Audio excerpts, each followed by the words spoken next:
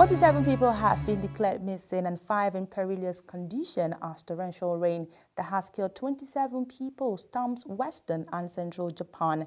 About more than 1.6 million people have been evacuated from their homes for fear of flooding and further landslides as 47 individuals go missing due to torrential rain in Japan. Japan's meteorological agency issued special weather warnings across 4 prefectures in the west of Japan's main island of Honshu, urging vigilance against landslides, rising rivers, and strong winds as a result of what it called historic rains.